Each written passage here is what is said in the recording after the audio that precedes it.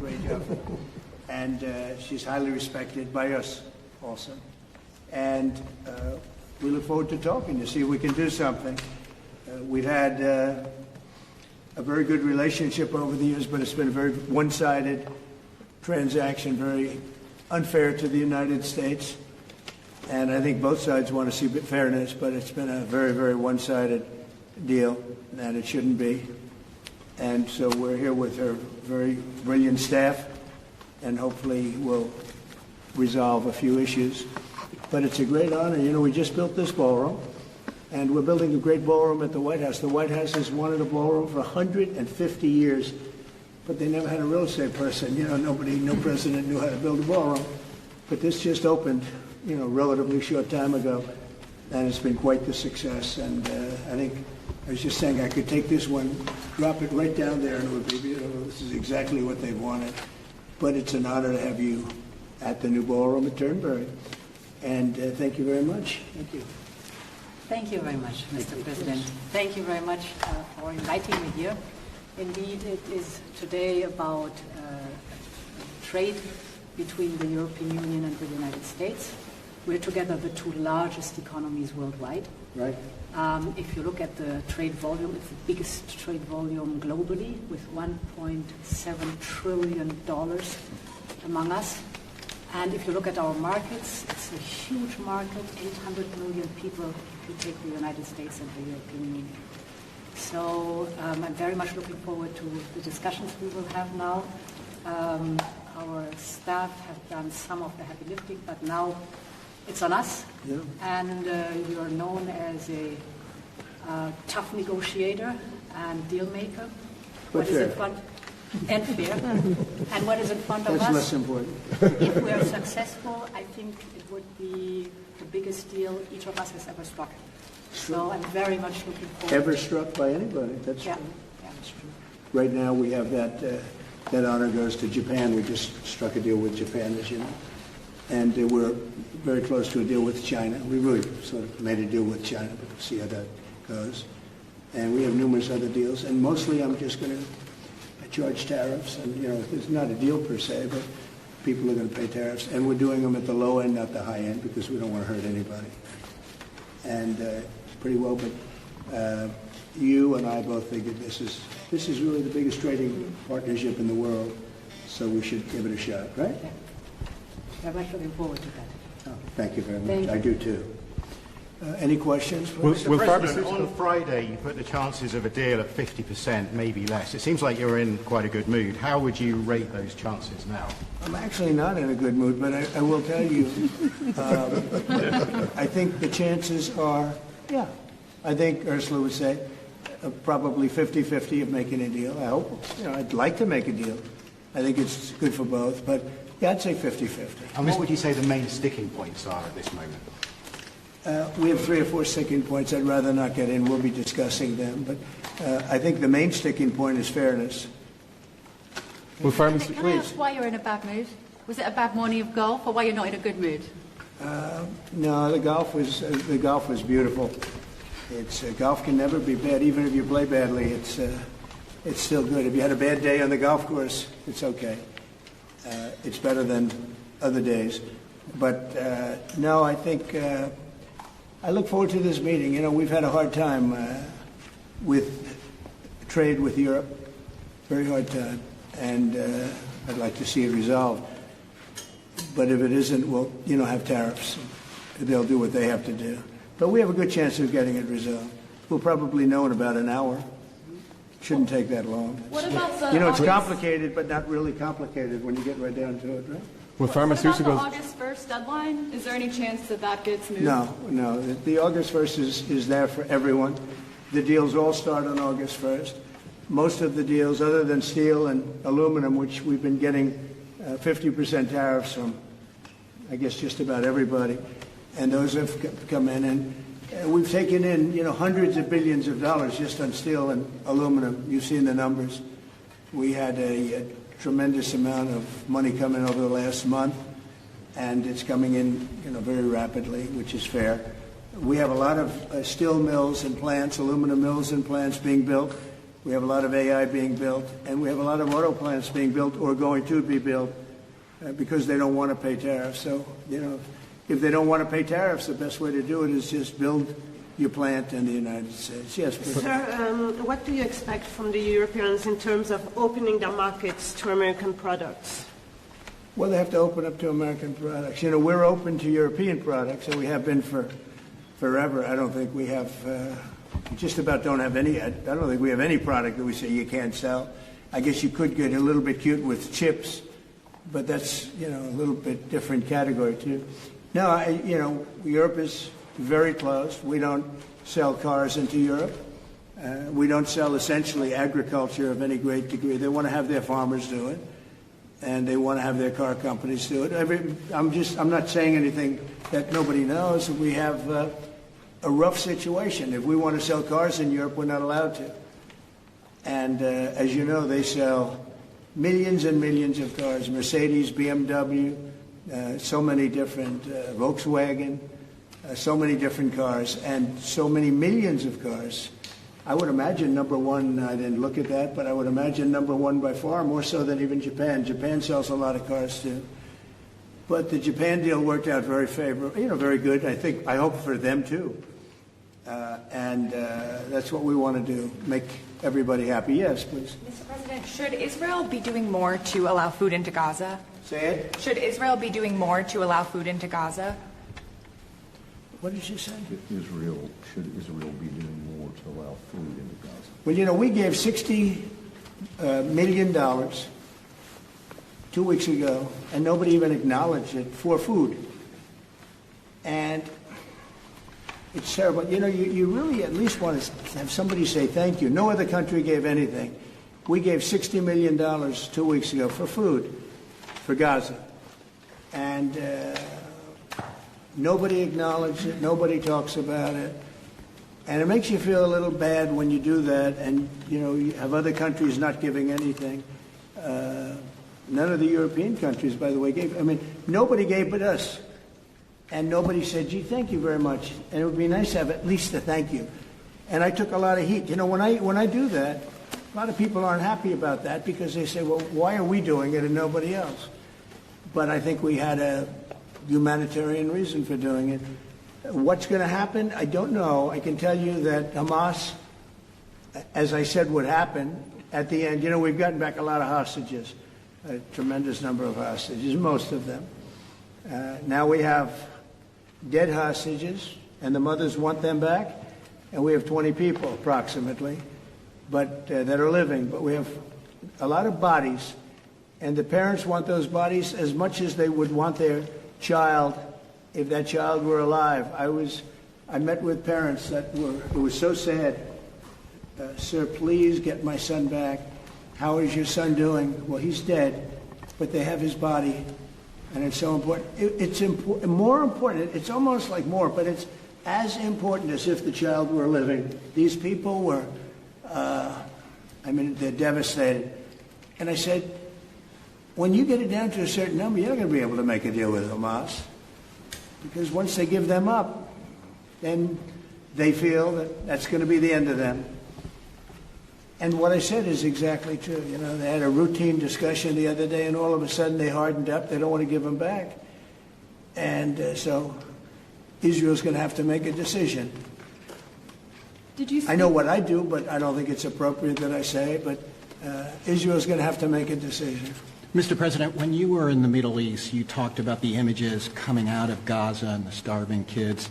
Those images are still going. Many of them are much worse.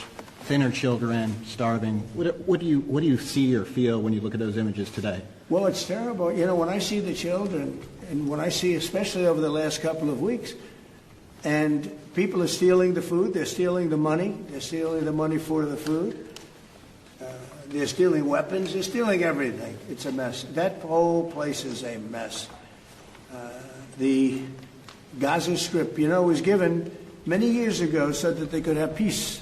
That didn't work out too well.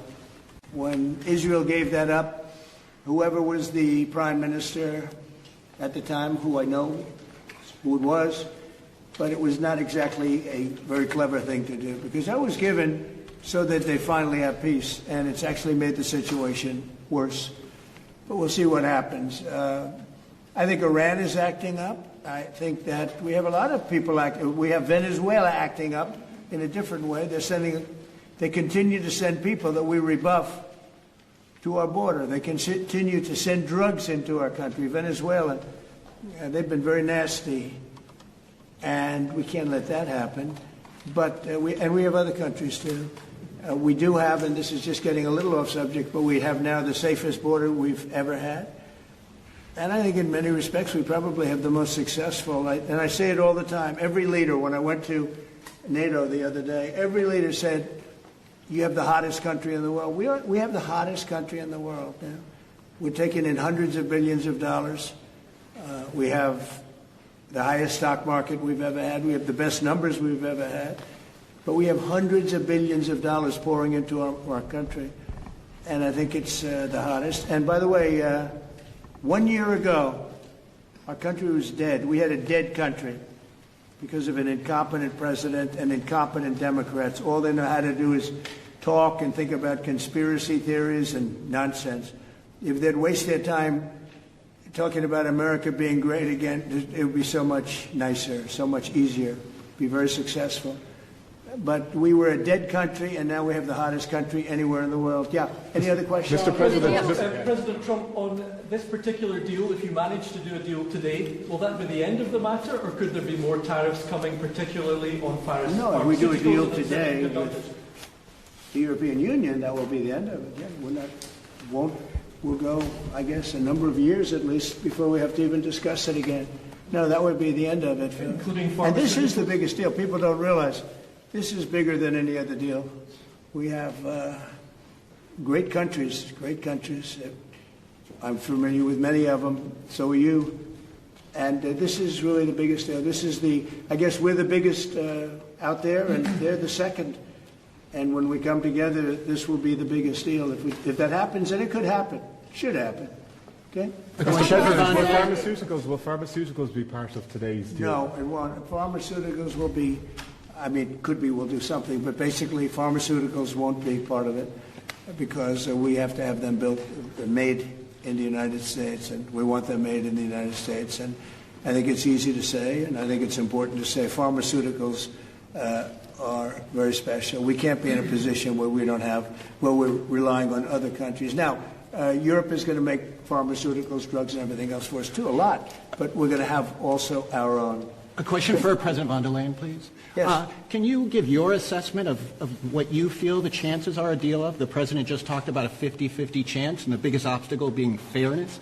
What would you say are those things for you? I think the President is right. We have a 50 to 50% chance to strike a deal. And indeed, it is about rebalancing. So you can call it fairness, You can call it rebalancing. We have a surplus, the United States has a deficit, and we have to rebalance it. We have an excellent trade relation. It's a huge volume of trade that we have together. So we will make it more sustainable. Mr. Trump, can you do better than a 15% tariff rate for the EU? Better meaning lower? Yeah. No. Mr. President, to return to Gaza, you're going to meet the British Prime Minister tomorrow. He's going to ask you to consider again peace talks between Israel and Hamas. Are you now saying there is no point in trying to restart? No, we're meeting about a lot of things. We have our trade deal, and it's been a great deal. It's good for them and good for us, I think. The UK is very happy. They've been trying for 12 years to get it, and they got it, and it's a great trade deal for both. Works out very well. But we'll be discussing that. I think we're going to be discussing a lot about Israel. They're very much involved in terms of wanting something to happen. He's doing a very good job, by the way. Also on Gaza, sir, did you speak with Prime Minister Netanyahu this weekend about getting more aid into Gaza? I talked to him, yeah, I did. I talked to him about a lot of things. I talked to him about Iran. I think Iran's been very nasty with their words, with their mouth. I think they've been very nasty. They got the hell knocked out of them, and I don't think they know it. I actually don't think they know it. They really do. The whole thing's a con job. We have a lot of con jobs going on. But Iran was beaten up very badly, for good reason. We cannot have them have a nuclear weapon. But they still talk about enrichment. I mean, who would do that? You just come out of something that's so bad and they talk about, we want to continue enrichment. Who would say that? How stupid can you be to say that? So we're not going to allow that to happen. We're not allowing that to happen. But did you talk about more aid into Gaza?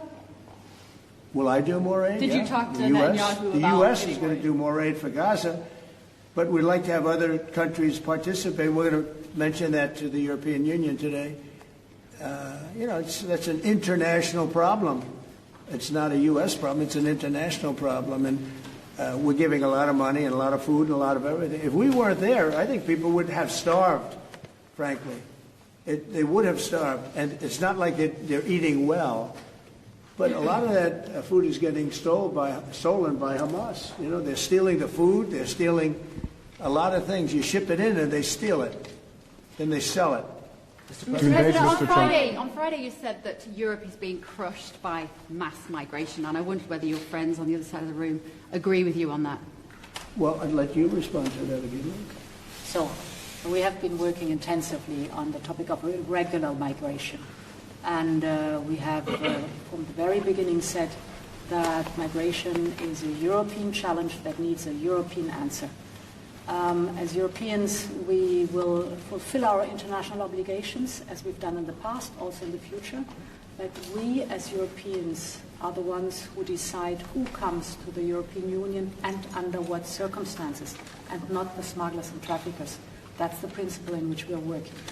I will say this, they did ask me when I got off the plane, immigration, Europe has a tremendous problem, and we do too, but we've sealed our borders. We have nobody coming in, and we have hundreds of thousands of people being taken out, and the bad ones first. And I think we're doing a very good job of that. But it literally registered 0 people last month. You probably saw that. Nobody. And Europe has a very similar problem. I think they're going to end up in the same place. You might as well go there quicker. And the other thing I say to Europe, we will not allow a windmill to be built in the United States. They're killing us. They're killing the beauty of our scenery, our valleys, our beautiful plains. And I'm not talking about airplanes. I'm talking about beautiful plains, beautiful areas in the United States. And you look up and you see windmills all over the place. It's a horrible thing. It's the most expensive form of energy. It's no good. They're made in China, almost all of them. When they start to rust and rot in 8 years, you can't really turn them off. You can't bury them. They won't let you bury the propellers, the props, because they're a certain type of fiber that doesn't go well with the land. That's what they say. The environmentalists say you can't bury them because the fiber doesn't go well with the land. In other words, if you bury it, it will harm our soil. The whole thing is a con job. It's very expensive. And in all fairness, Germany tried it, and wind doesn't work. You need subsidy for wind, and energy should not need subsidy. With energy, you make money. You don't lose money. But more important than that is it ruins the landscape. It kills the birds. They're noisy. You have a certain place in the Massachusetts area that over the last 20 years had 1 or 2 whales wash ashore, and over the last short period of time, they had 18. Okay? Because it's driving them loco. It's driving them crazy. Now, windmills will not come. It's not going to happen in the United States. And it's very expensive. And I would love to see. Today I'm playing the best course, I think, in the world, Turnberry. Even though I own it, it's probably the best course in the world, right? And I look over the horizon and I see 9 windmills. It's like great. At the end of the 18th, I said, isn't that a shame? What a shame. You have the same thing all over Europe in particular. You have windmills all over the place. Some of the countries prohibit it, but people ought to know that these windmills are very destructive. They're environmentally unsound, just the exact opposite. Because the environmentalists, they're not really environmentalists. They're political hacks. These are people that they almost want to harm the country. But you look at these beautiful landscapes all over the world. Many countries have gotten smart. They will not allow it.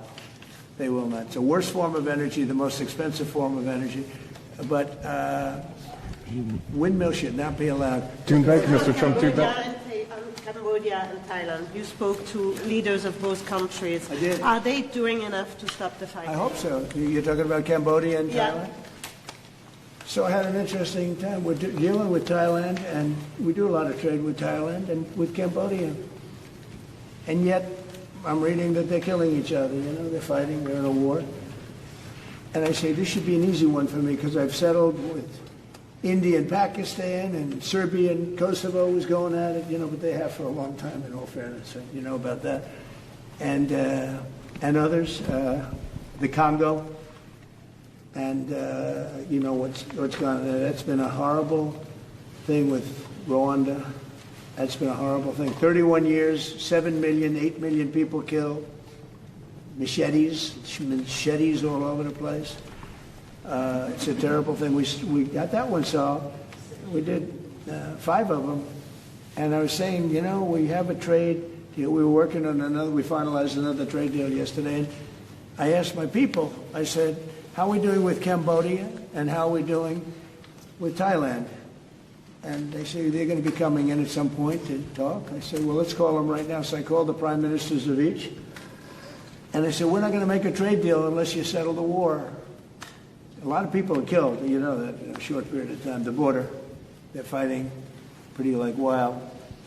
And I spoke to both of the prime ministers, and I think by the time I got off, I think they want to settle now. I know they're meeting today or tomorrow, and we're going to work with them. Marco Rubio's working with them also, his people, and him. I think we're going to get that. That would be a great thing, but that would have turned out to be a bad one. And I will tell you, India and Pakistan, they were really getting ready to go at it. So getting those things settled, if I can do it, and if I can use trade to do that, it's, you know, it's my honor. But I had great talks with 2 very good people that they both really would like to make a deal. So we'll see what happens. Turnberry, How about Mr. one Trump, more? Turnberry. Europe's now spending a lot more on defence thanks to you. Does that mean should they get a fairer deal on trade in exchange? Well, they're spending a lot on defense, but we're spending a lot more. You know, and we've been very generous to NATO for many, many years. And no, but we had a terrific meeting with NATO. I'd love to do as well. We had a meeting where they put up 5% instead of 2%, and they're going to pay it instead of not paying, because as you know, many people didn't pay the 2% or anywhere near it, and the 2% was too low. And we're going to be sending now military equipment and other equipment to NATO, and they'll be doing what they want, but I guess it's for the most part working with Ukraine. But we had a fantastic meeting, I guess it's now almost 4 weeks ago, one of the best meetings they've ever had at NATO, and the spirit and the coming together was incredible. And I stood and I listened to almost 30 speeches. That was a lot. And I was really late, and I had to leave, but I didn't want to leave before those last 10 spoke, because they go home and they tell their wife, Trump left. And they were so nice to the United States. They were all mentioning the United States, and me, but they were mentioning the United States to be here. It's such an honor, you know, et cetera. And I thought it would have been inappropriate. But I did stay. It was very hard, because I was extremely late for something else that was, you know, pretty important. And we had a tremendous NATO meeting. I'm sure you heard that. Yep. It was great. There's some great people that you deal with on 2 fronts, right? But you deal with on primarily the trade front. But I will tell you, they came together, and the relationship is really good. That was it's an interesting question, because you probably have reported it that way. It really, we came together, and they went from 2% to 5%, which nobody would have thought that was even, who would even think that? Because they didn't want to be at 2%. All of a sudden, they're at 5%. And that's the right number. And so it was a great honor. I got to know the heads of those countries really very well at that meeting almost a month ago. Okay? Thank you very much, everybody. Thank you, Press. Thank you, Press. Let's go. Let's go back to work. Irish Scotland anytime soon, June Bay. I will. I love doing that. I'll go. Not in the strip, but I'll go see. Thank you very much. Thank you, Press.